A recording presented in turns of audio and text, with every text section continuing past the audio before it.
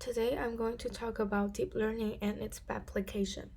Before I dive into the main topic, I'm going to show you some pictures.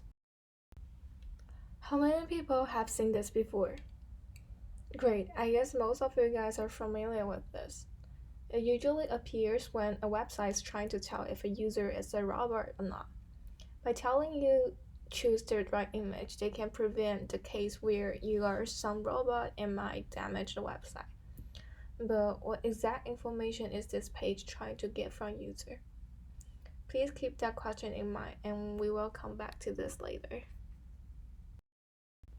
So what is deep learning? It is really easy for us human beings to tell that in the pictures those are cute little kitties, but it's not that easy for machines.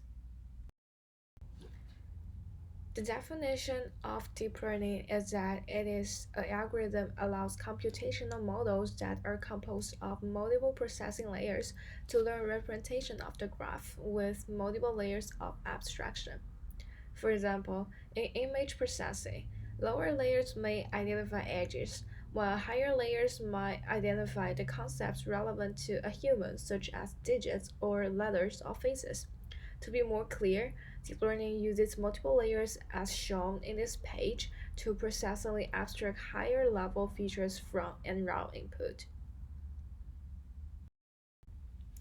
Here are some applications of deep learning: image recognition, natural language processing, and even the robots in self-driving cars.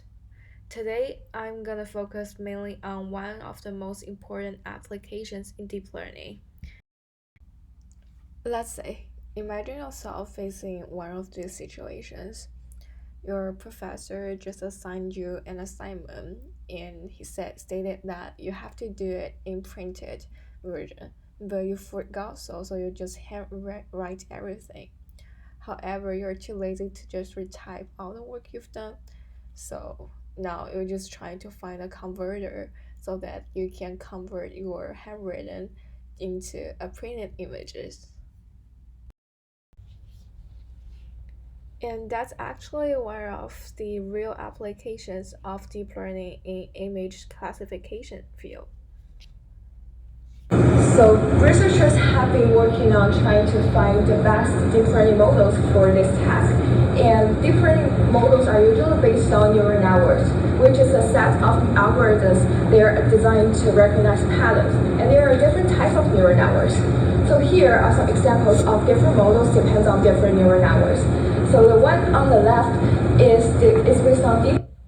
It is conducted by Dan 13 in 2012. The one on the bottom right is based on ResNet and it's conducted by Kang-Min He in 2015. And the one on the top right is based on convolutional neural network. And this is the one I'm going to mainly focus on today because it has the highest performance overall. So, as stated in the paper published in the MIT Press Journal in 2017 by Ross and Burnett, that with the implement of deep learning system, the convolutional neural network has made a progress in image classification task. Here is a model of CNN image classification task. You can see that the input image is set to the convolution layer first. Convolution layers serve as the feature extractors, and thus they learn the features representation of their input images. So in this case, it can be the edges of the car. And then it's going to be sent to the pooling layer. Pooling layer are used to reduce the spatial resolution of feature image. So how exactly it works here is that the pictures, we're seeing images, we're seeing colors, but for computer, they're seeing the pixels. So pooling layers are trying to get maximum or average pixel in a certain size of filter in the feature map, which it gets from the previous layer as the convolution layer. And in the model, several convolution and pooling layers are usually stacked on each other to extract more abstract feature representations. And the fully connected layer connects every neuron in one layer to every neuron to another layer. After computed by the connected layers of convolutional neural networks, the image is going to get output as which class or category it is assigned to. So here, the output is the car.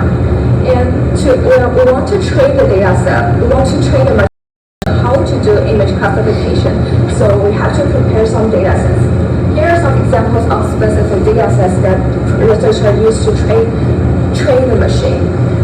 The one on the left, for example, we're going to label the first row of the image with a label 0, and we're going to label the second row with a label 1.